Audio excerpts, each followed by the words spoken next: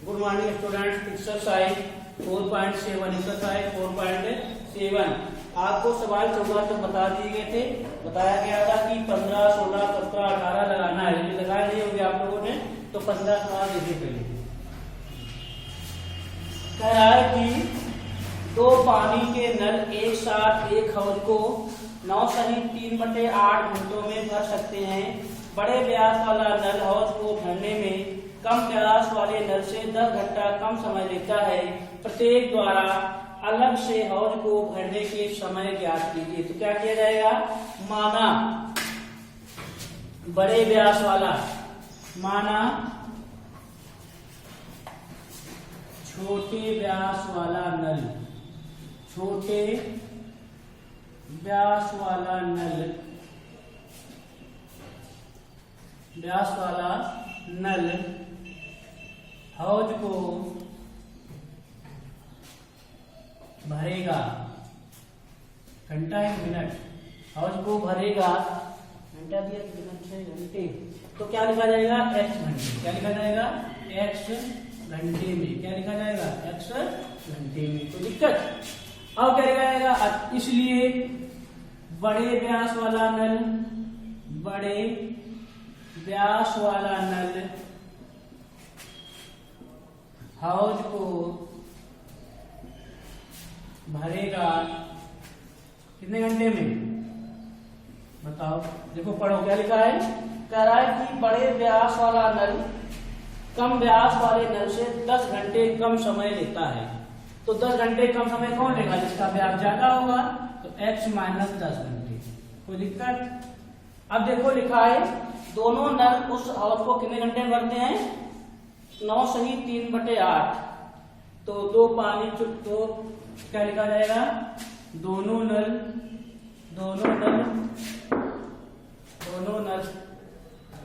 देखो बड़े व्यास का नल हौज को भरेगा कितने घंटे में? x माइनस 10 घंटे। क्योंकि छोटा व्यास मतलब क्या है? जैसे एक मान नल है, ठीक, इसका जिसका व्यास कम होगा वो पानी कम देगा, इसका व्यास ज्यादा होगा तो पानी ज्यादा देगा। पानी ज्यादा आएगा तो टंकी हो या हौज हो कुछ भी जल्दी भर जाएगा। तो बड़ा व्यास वाला नल है जो हौज को भरेगा 1 माइनस 10 घंटे में। बताओ अच्छा, अगर इसी को पूछा जाए 1 घंटे में, 1 घंटे में छोटे व्यास वाला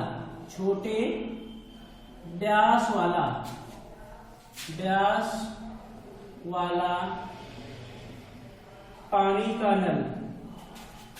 का नल हौज को भरेगा। बताओ पूरा कितने घंटे में भर रहा था? 1 घंटे में। तो 1 घंटे में कितना भरेगा? 1/x घंटे। क्या भरेगा? 1/x घंटे। ठीक, अब यही लिख दो 1 घंटे में बड़े व्यास वाला, 1 घंटे में बड़े व्यास वाला नल हौज को भरेगा कितने घंटे में? पूरा कितना भर रहा था? x माइनस 10 में। तो 1 घंटे में क्या भरेगा? 1/x माइनस 10 घंटे में। कोई दिक्कत? अब देखो इधर, अब दोनों नल, यहाँ लाइन छूट गई थी, दोनों नल काहे के नल है? पानी के नल है। दोनों नल हौज को, दोनों नल एक साथ खोलने पर हौज को भरेंगे कितने घंटे में? बताओ, कुछ दिया है? क्या दिया है? 9 सहित 3/8 घंटे। क्या दिया है? 9 सहित 3/8 घंटे। तो इसको क्या लिख सकते हो? 9 8 72, 72 3 75/8 घंटे। ठीक, अब यही लाइन अगर लिखा जाए 1 घंटे में दोनों नल खोलने पर 1 घंटे में, तो कितना आ जाएगा? 8/75 आ जाएगा। ठीक, लिख देते हैं प्रश्नानुसार। ज्यादा करना है तो लाइन लिख लेना। 1 घंटे में दोनों नल हौज को भरे कितने घंटे में? 8 सही 75/8। अब बताओ क्या लिखें? अब दोनों नल कितने हैं? 1 घंटे का निकाल लेते हैं। तो 1/x प्लस 1/x माइनस 10। दोनों में कितने घंटे में भरेंगे? इसका उल्टा कितना आ जाएगा? 8/75 आएगा। 8/75 75। अब देखो एलसीएम लोगे तो क्या आ जाएगा x माइनस 10, ये क्या आ जाएगा x, आप लोग लगा लिए होंगे जहां तक है, x माइनस 10 बराबर के 8/75। ठीक, अब देखो इधर क्या आ जाएगा, x माइनस 10 प्लस x, ये तो है x स्क्वायर माइनस 10x बराबर 8/75। ठीक, अब x कितना हो जाएगा, 2x minus 10 x square minus 10x 8/75। अगर आप यहाँ कॉमन ले लें तो कॉमन ले लें तो क्या जाएगा, x minus 5 x square minus 10 x square minus 10 75 8/75, तो 2 चौकू 8, तो कितना आ जाएगा, x minus 5 x square minus 10x बराबर 4/75। ठीक, अब यहाँ क्या आ जाएगा, 75x माइनस, तो ये गुणा करोगे, कैंची वाली गुणा करोगे, लगा निशान लगाना नहीं। ठीक, 75x क्या हो जाएगा, 75 × 25 5 से 35 375। यहाँ क्या आ जाएगा, 4x स्क्वायर माइनस 40x, क्या आ जाएगा 40x, तो यहाँ आ जाएगा 4x स्क्वायर माइनस 40x और माइनस का क्या जाएगा 75x प्लस का 375 बराबर 0। तो 4x स्क्वायर माइनस 40x और कुछ बचेगा, इधर आया था 40x आया था 75 और ये हमारा 75x 40x माइनस 75x है, तो इसको जोड़ सकते हो, कितना आएगा 7 5 7 4 11 115x और प्लस का 375 बराबर 0। आप इसकी उलटखंड कर लेंगे, आगे सवाल लगा सकते हैं।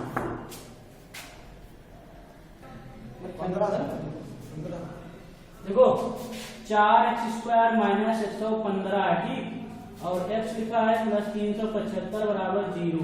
तो 4x स्क्वायर माइनस 100 और प्लस 15, 100 और 15 गुणा करोगे कितना आएगा, जितना इसको गुणा करोगे, और 100 माइनस 100 प्लस 15x और प्लस क्या है 375 बराबर 0।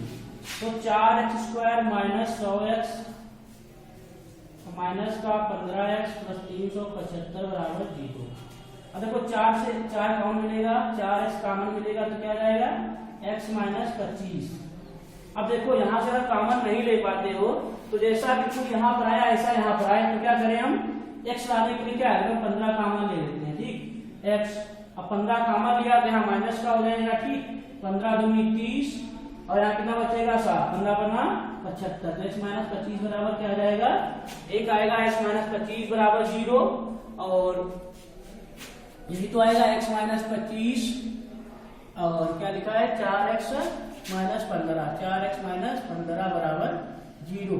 तो x माइनस 25 बराबर क्या आ जाएगा 0, x बराबर 25। ठीक, और 4x माइनस 15 बराबर 0, तो 4x बराबर क्या आ जाएगा 15, तो क्या आ जाएगा 15/4। अगर x का मान 25 रखेंगे, अगर x का मान आप 25 रखेंगे तो छोटे व्यास वाला नल हाउस को कितने घंटे में भरेगा 25 घंटे में, और बड़े व्यास वाला नल हाउस को कितने घंटे में भरेगा 25 माइनस 10 मतलब कितना 15 घंटे में। ठीक, अतः लिख देना, अतः छोटे व्यास वाला नल हाउस को भरेगा 15 घंटे में, बड़े व्यास वाला नल हाउस को भरेगा कितने घंटे में 25 माइनस 10 मतलब 15 घंटे। इसमें आंसर सभी में 2-2 आते हैं। ठीक, x के अगर मान 2 आएंगे तो x का मान अगर लिखा जाएगा यदि x बराबर 25 तो छोटे व्यास वाला नल कितने घंटे में भरेगा, बड़े व्यास वाला नल कितना घंटे में भरेगा। ठीक, अगर x का मान 15/4 रखते हैं तो दूसरा आएगा। ठीक, और पीछे आंसर दोनों को दिए। नंबर 15 भैया सवाल नंबर 16 का बता दिया गया था, 17 अगर आप लोगों ने नहीं लगाया तो एक बार फिर देखिए। एक कुटीर उद्योग एक दिन में कुछ खिलौने निर्मित करता है। एक कुटीर उद्योग मतलब छोटा कोई उद्योग है, इसमें खिलौने बनाए जाते हैं। ठीक, तो कह रहा है कि प्रत्येक खिलौने का मूल्य 55 रुपए में से एक दिन के निर्माण में किए गए खिलौनों की संख्या को घटाने से प्राप्त संख्या के बराबर है। ये लाइन आप समझो क्या लिखा है कि प्रत्येक खिलौने का मूल्य, अगर आपको खिलौने का मूल्य निकालना है तो 55 में से, मतलब 55 कोई संख्या 55 रुपए दिए हैं और 55 रुपए में से अगर आप जो मान लीजिए खिलौनों की जो प्रत्येक खिलौने बनाता है अगर उसमें घटा दो तो वही प्रत्येक खिलौने की लागत है। ठीक, मान लीजिए 55 रुपए से अपने एक्स खिलौने मतलब क्या, मान लीजिए 5 खिलौने बनाए तो लागत कितनी आई, 50 रुपए। ये हिसाब से कह रहा है। ठीक, तो क्या कह रहा है कि किसी एक दिन कुल निर्माण लागत 750 रुपए थी। एक दिन की निर्माण लागत कितनी है, 750 रुपए है। तो उस दिन निर्माण किए गए खिलौनों की संख्या, तो सबसे पहले मानोगे माना उस दिन निर्मित खिलौनों की संख्या या निर्माण किए गए खिलौनों की संख्या। सवाल नंबर कौन सा है, सवाल नंबर है 17। माना, जो किताब में माना जो लिखा जाता है अपनी किताबों में लिखा होता है, जो पूछे उसी को माना जाता है। माना उस दिन निर्माण किए गए खिलौनों की संख्या, माना उस दिन निर्माण किए गए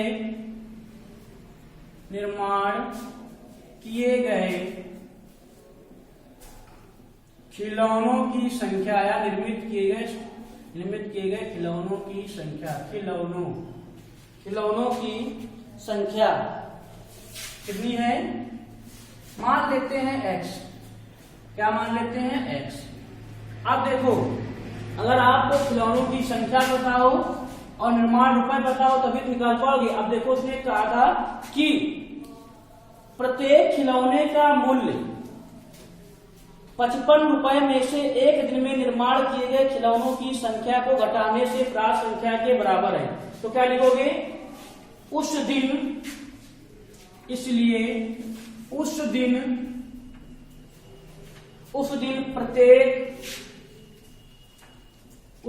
प्रत्येक निर्मित खिलौनों की लागत, निर्माण किए गए खिलौनों की लागत, जो तुम्हारी किताब में लिखा हो लिख सकते हो। निर्माण किए गए खिलौनों की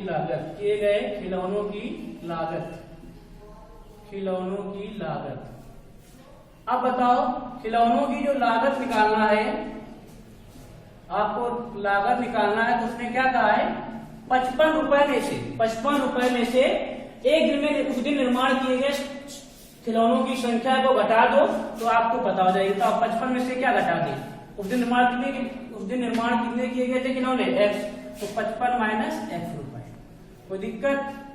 अब बताओ लिखा जाएगा प्रश्नानुसार, क्या लिखा जाएगा, प्रश्नानुसार। बताओ प्रश्नानुसार अगर निकालना है देखो क्या कह रहा है कि किसी एक दिन, तो उस दिन एक दिन में मतलब खिलौनों की संख्या कितनी बनी थी, x, उस दिन लागत कितनी थी 55 माइनस x। तो इस दिन कह रहा है कि इस दिन जो है उस दिन निर्माण किए गए कुल लागत कितनी है, 750। मान लीजिए कोई खिलौना है उसमें 5 रुपए लगता है। ठीक, एक खिलौने का मूल्य मतलब बनाने में रुपए कितने लगते हैं, 5। उसने खिलौने कितने बनाए, मान लीजिए 4 बनाए। तो कह रहा है टोटल कितनी लागत लगेगी, 5 × 20। तो आप क्या करेंगे, प्रश्नानुसार x 55 माइनस x, क्योंकि भाई खिलौनों की संख्या कितनी है x, लागत कितने रुपए है 55 माइनस x, लेकिन उसने बताया कितनी 750 रुपए। कितने रुपए, 750 रुपए। आपको अगर ये लाइन समझ में नहीं आई तो सवाल लगाना मुश्किल होगा। देखो कह रहा था उस दिन प्रत्येक निर्माण किए गए खिलौनों की लागत 55 माइनस x, तो क्या आ जाएगा 55x माइनस x² बराबर 750। तो x² माइनस 55x और प्लस का 750 बराबर 0। अब बताओ 750 के ऐसे फैक्टर करो कि जोड़ने पर कितना है 55। तो क्या करेंगे 750 का फैक्टर देखो, 2 से कटेगा 2 × 6, 2 से 14, 2 × 5 10। ये कितने से कटेगा 7 5 12 3 15, 3 से कटेगा 3 × 3 3 × 6 3 5 15। अब कितने 5 × 7, ये 5 से कटेगा 5 × 10 55 25 25 25 5 × 5। तो आप देखो फैक्टर करना है 55 है, जोड़ने पर कितना है 55 और गुणा करने पर कितना है 750। तो 5 3 × 6 5 30 55 25 30 और 25 को अगर आप जोड़ेंगे तो कितना आएगा 55। कितना आएगा 55 और गुणा करोगे तो 25 यहाँ 75 आएगा। अब देखो क्या लिखा जाएगा, x square minus 30 plus 25 into x plus 750 बराबर 0। तो क्या आ जाएगा x square minus 30x minus 25x और प्लस का 750 बराबर 0। अब बताओ इन दोनों में क्या कॉमन मिलेगा, x कॉमन मिलेगा, फैक्टर करके दिखा दिए गए। अब देखो कॉमन मिलेगा x, तो क्या आ जाएगा x माइनस 30, इसमें कॉमन मिला x, तो क्या आ जाएगा x माइनस 30, यही तो भैया आएगा। अब देखो इसमें क्या कॉमन मिलेगा माइनस का, जिसको नहीं मालूम है तो क्या कॉमन मिलेगा, पहली बार तुझे लाना है तो इसमें कितना कम 25 कॉमन ले लेते हैं, तो क्या आ जाएगा 25x। अब देखो 25 यहाँ 75 यहाँ माइनस हो जाएगा, क्या आ जाएगा x माइनस 30 बराबर 0। तो x माइनस 30 और x माइनस 25 बराबर 0।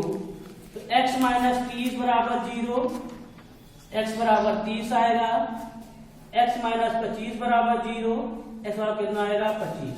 यदि x का मान आप 30 रखते हैं तो खिलौनों निर्माण किए गए खिलौनों की संख्या कितनी आएगी 30, और उस दिन प्रत्येक निर्माण किए गए खिलौनों की लागत रुपए में कितनी आएगी 55 से 30 घटाओगे कितना आ जाएगा 25।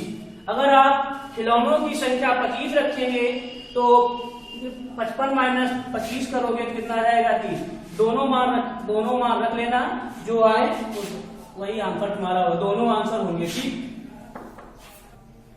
दिए गए हैं, एक सवाल मात्र छोड़ा गया है, सवाल नंबर 19 बिल्कुल ऐसे ही है। इसमें कह रहा है कुकींग उद्योग एक दिन में कुछ बर्तनों का निर्माण करता है। एक विशेष दिन यह देखा गया कि प्रत्येक नग का निर्माण लागत बिल्कुल जैसे वाला सवाल ऐसे लगाना है, ना लगे पूछ लेना। अब देखो विविध ऐच्छिक प्रश्नावली, विविध ऐच्छिक प्रश्नावली थोड़ी टफ है, तो आप देखिए पहला सवाल क्या है, क्या x बराबर 3, क्या x बराबर 3 निम्न समीकरण का मूल है। अगर समीकरण का मूल होता है तो LHS बराबर RHS, आपने कक्षा 9 में पढ़ा था, यदि बहुपद है किसी का तो उसका का मान 0 आता है। तो उसी प्रकार क्या है x बराबर 3 निम्न समीकरण का मूल है, अगर मूल है तो LHS बराबर RHS दोनों आना चाहिए। ठीक, तो क्या करोगे, लिखा है एक्स स्क्वायर माइनस का क्या लिखा है 4x प्लस का 3, ये तो लिखा है, ये लिखा है प्लस एक्स स्क्वायर माइनस का 9 बराबर में लिखा है under root 4x square minus 14x और प्लस 16। तो क्या करेंगे, क्या लिखा है समीकरण का मूल क्या है, समीकरण का मूल कितना है, समीकरण का मूल कितना है, मूल 3 है, इसलिए मूल 3 है, इसलिए x बराबर 3 समीकरण में रखने पर, ठीक भैया रखो भाई, जहां पर x है वहां पर क्या रखा जाएगा 3। तो देखो x स्क्वायर लिखा है तो आप क्या कर सकते हैं 3 का स्क्वायर माइनस 4 गुणे 3 प्लस का 3, कोई दिक्कत।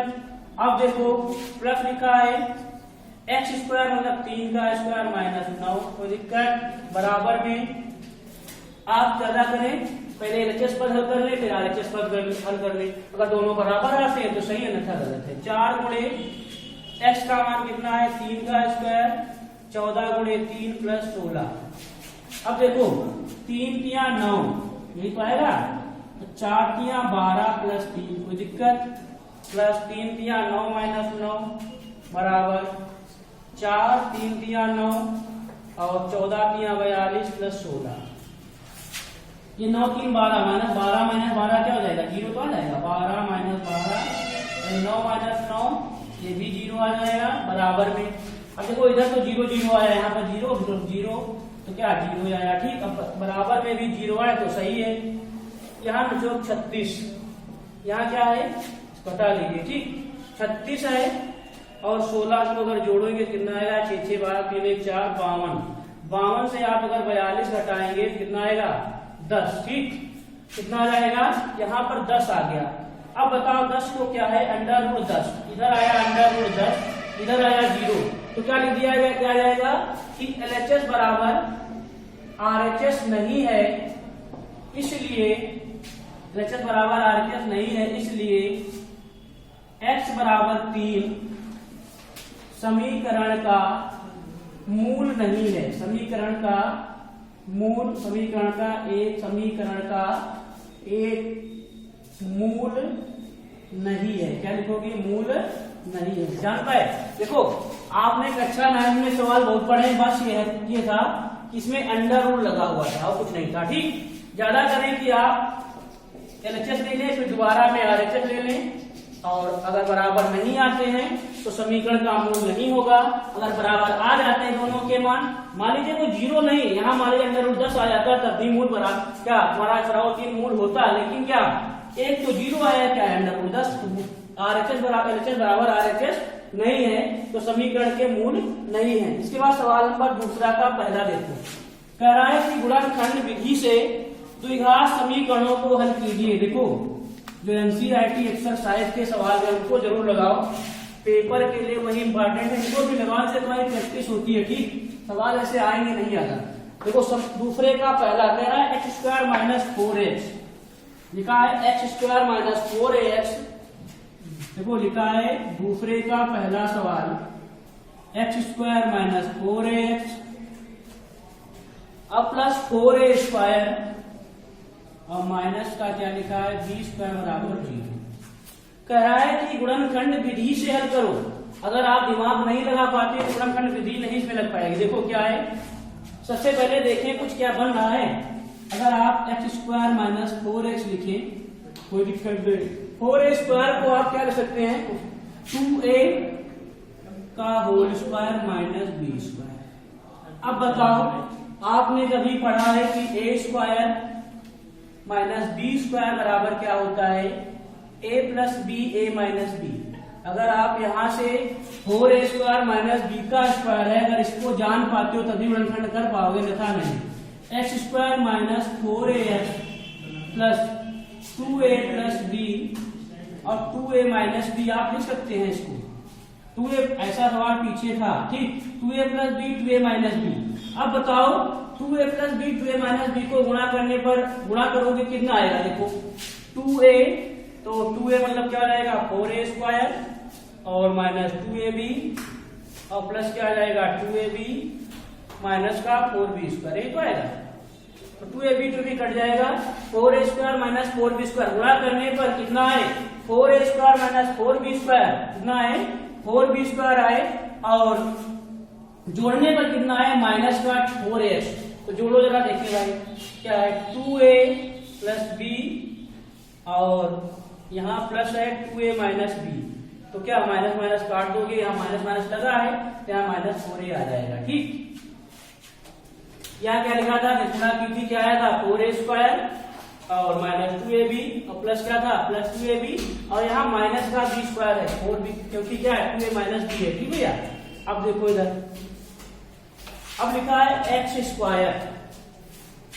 माइनस 4ax के स्थान पर आप क्या लिखेंगे?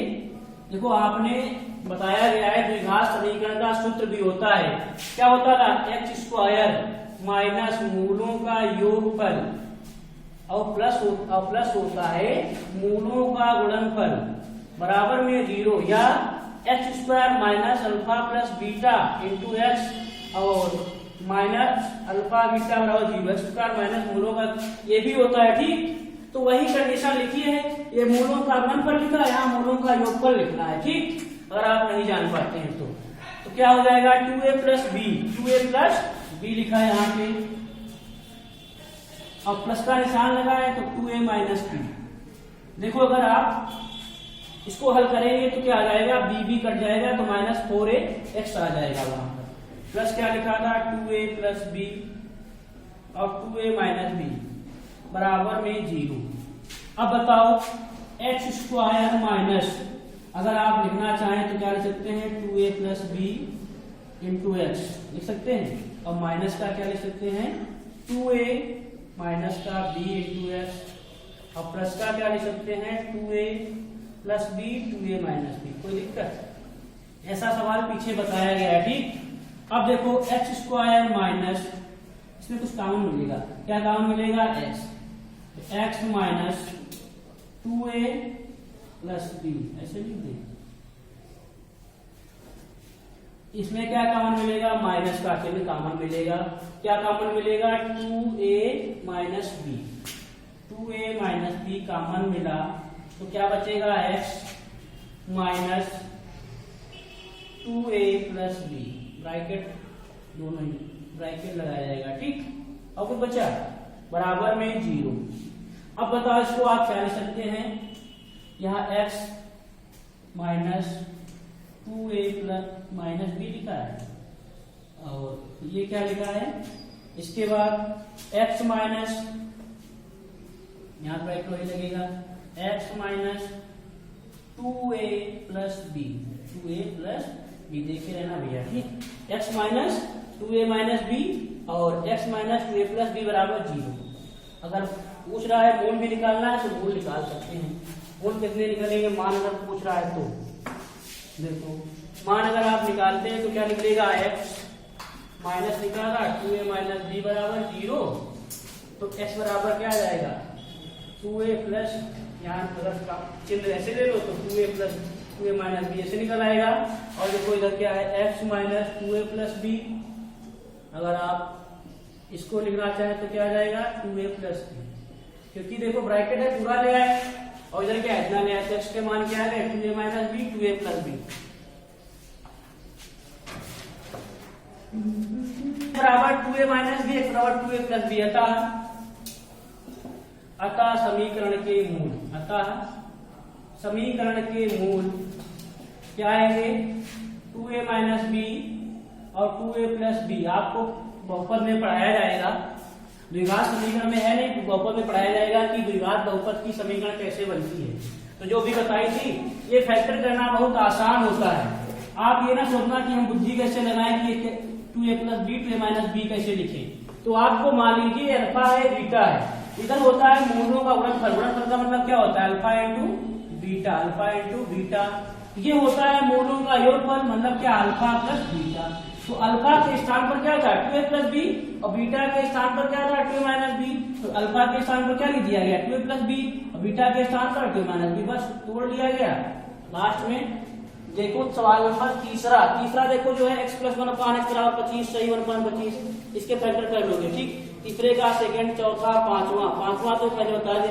सवाल नंबर 6 देखो, बहुत बढ़िया सवाल है, ये आ भी जाता है, ठीक, ये आया भी 2008 में। देखो अब कह रहा है कि द्विघात, यदि द्विघात समीकरण, सवाल जैसे पीछे था, अगर आपको कंडीशन मालूम है, मूल बराबर कब होते हैं, मूल वास्तविक कब होते हैं, काल्पनिक कब होते हैं।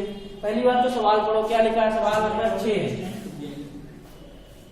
कह रहा है कि यदि द्विघात समीकरण b minus c into x square plus c minus a into plus a minus b बराबर 0 के मूल वास्तविकता बराबर है। अगर मूल वास्तविकता बराबर होते हैं तो d का मान क्या होता है, 0। इसमें पहले समीकरण लिखते हैं, क्या समीकरण, b minus C x square plus c minus a into x है क्या, सी minus a into x plus a minus b बराबर 0। कोई दिक्कत। सबसे पहले क्या करेंगे, मानक द्विघात समीकरण, मानक द्विघात समीकरण a x square, a capital लिख लो क्योंकि इस्तेमाल पहले से लिखे हैं, a x square plus b x plus c बराबर 0 तथा ए का मान 0 ना हो से तुलना करने पर, ऐसा सवाल सिद्ध करने में आता है, वही 4 नंबर का, ठीक। तुलना करने पर तो कैपिटल ए का मान आ जाएगा b माइनस सी और कैपिटल बी का मान आ जाएगा c माइनस ए और कैपिटल सी का मान आएगा a माइनस बी।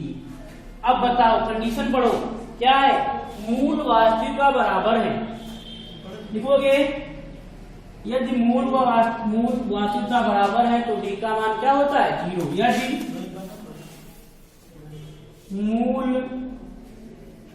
वास्तविक व बराबर हैं तो d का मान 0 होता है। d का मान क्या होता है? 0 होता है या 0 होता है।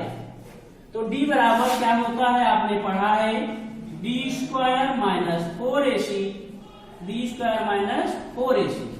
अब बताओ d का मान क्या है? 0। b का मान बताओ कितना निकाला हमने है? c माइनस a का होल स्क्वायर। कोई दिक्कत? माइनस 4ac 4ac का a का मान क्या है? b माइनस c का मान है a माइनस b। ऐसा सवाल दिया जरूर देना, ठीक? आता जरूर है। बात देखो, उसके बाद 0 बराबर लिखा है c माइनस a का होल स्क्वायर माइनस 4। तो आप इसको लिखना चाहें तो क्या लिख सकते हैं बताओ? ये माइनस 4b माइनस c जो लिखा है इसको क्या करें? उधर 0 ले जाएं। तो इसको ऐसे भी लिख सकते हो b माइनस c और a माइनस b बराबर क्या लिख सकते हैं? c माइनस a का होल स्क्वायर। इसको आप ऐसे भी लिख सकते हैं c माइनस a का whole square 4b minus c a minus b। Line पढ़ाई गई, ठीक? हम अगर आपको मालूम है तो डायरेक्ट यहाँ से लिख सकते हैं लाइन। अब बताओ c माइनस a मतलब c माइनस a, देखिए रहना, सिद्ध क्या करना है ये भी देखना है। 2ba प्लस c, ये भी कुछ नहीं आया। c² माइनस a², सूत्र लगाएंगे माइनस b का और स्क्वायर क्या होता है? c² प्लस a² माइनस का 2ac। अब देखो इधर भैया 4 पहले से लिखा है, पूरा कर लेते हैं। ba मतलब ab minus b² minus ca मतलब ac और माइनस माइनस क्या हो जाएगा? Plus ab। कोई भैया दिक्कत नहीं होनी चाहिए, ठीक? c² plus a² minus 2ac 4ab minus 4b² minus 4ac और प्लस का 4ab। कोई दिक्कत? देखो अब कुछ लग रहा है कि c² a² b²।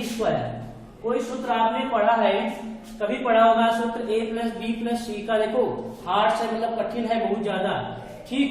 तो अगर आप यहाँ से बुद्धि नहीं लगा पाते तो बहुत ज्यादा यहाँ तक कर पाओगे। इसके बाद अगर आपको कुछ याद नहीं आ रहा है कि किसी का सूत्र हो सकता बन जाए, अभी हमें मालूम भी नहीं, तो a² है, b² भी है, c² भी है। तो आपने सूत्र पढ़ा है a plus b plus c का होल स्क्वायर क्या होता है? a² plus b² plus c² plus 2ab plus 2bc और प्लस क्या होता है? 2ca। क्लास 9th में भी सूत्र था, क्या था? a² b² c² 2ab 2bc 2ca। कोई दिक्कत? अब बताओ a² भी मिल गया, b² भी है, c² भी है, 2ac भी है और ये तुम्हारा क्या लिखा है? 4ab और 4bc। तो कुछ लग रहा है 4bc 4ab दो बार लिखा है, गड़बड़ है नहीं? पर देखो यहाँ b ab हुआ, ठीक? यहाँ माइनस b² हुआ माइनस c² हुआ, यहाँ bc होगा भैया। देखो माइनस माइनस क्या प्लस, तो यहाँ पर bc होगा, bc। कोई दिक्कत है? अब देखो इधर अगर आप इसको लिखना चाहें लाइन में लिख के देखिए पहले, तो लिखो भाई a² के बाद लिखते हैं 4b²। फिर बताओ फिर क्या लिखते हैं? c² माइनस का 2ac है और ये माइनस का 4ac है, तो पास आप लेते हैं क्या? देखो कुछ हो रहा है 4ac माइनस का 4ab और माइनस का 4bc बराबर 0। अब भी कुछ इसको हल करेंगे तो क्या आएगा? a² plus 4b² plus c² minus का 2ac प्लस का ac 4ac, तो 4 प्लस का है माइनस का 2 तो क्या आ जाएगा? प्लस का 2ac और माइनस का 4ab और माइनस का 4bc। आपने बहुपद में पढ़ा है कुछ उसके कायदे की स्वर्णखंड करो, तो अब लग रहा है कि a² c² 2ab हो गया, लेकिन क्या यहाँ 4 4 है, तो मतलब कोई संख्या 2 से ज्यादा है। अच्छा 4b जो लिखा है इसको आप क्या लिख सकते हैं? 2b का होल स्क्वायर लिख सकते हैं। देखो क्या लिख दें? a² प्लस 2b का whole square plus c² plus 2ac minus 4ab और माइनस 4bc। अब भी कुछ लग नहीं रहा अगर माइनस। अब देखो इसमें आपको जानना पड़ेगा कि a का माइनस का है कि c माइनस का है। अब बताओ a और c ए और सी तो माइनस का होगा नहीं, क्योंकि क्या 2ca प्लस का है, या तो फिर दोनों माइनस के हो, दोनों माइनस के होंगे तो इधर प्लस का हो जाएगा। अगर देखें आपको बी, अब देखो ac तो माइनस का हुआ नहीं तो बचा कौन, माइनस का b। अगर आप यहाँ -2b ले लें, -2b अगर आप ले लें तो सूत्र क्या बनेगा, a plus c minus 2b का होल स्क्वायर। आप यहाँ जरा दिखा दे, अगर दिखाना चाहें तो आप दिखा सकते हैं। क्या दिखा सकते हैं, a के स्थान पर क्या है a, b के स्थान पर क्या है -2b, तो क्या आ जाएगा 4b स्क्वायर। c के स्थान पर आपका c है तो c स्क्वायर, कोई दिक्कत। अब बताओ 2ab मतलब ab, तो क्या जाएगा 2 दूनी 4ab माइनस का 4ab। फिर देखो bc मतलब c, तो क्या हो जाएगा माइनस का 2 दूनी 4 माइनस 4bc।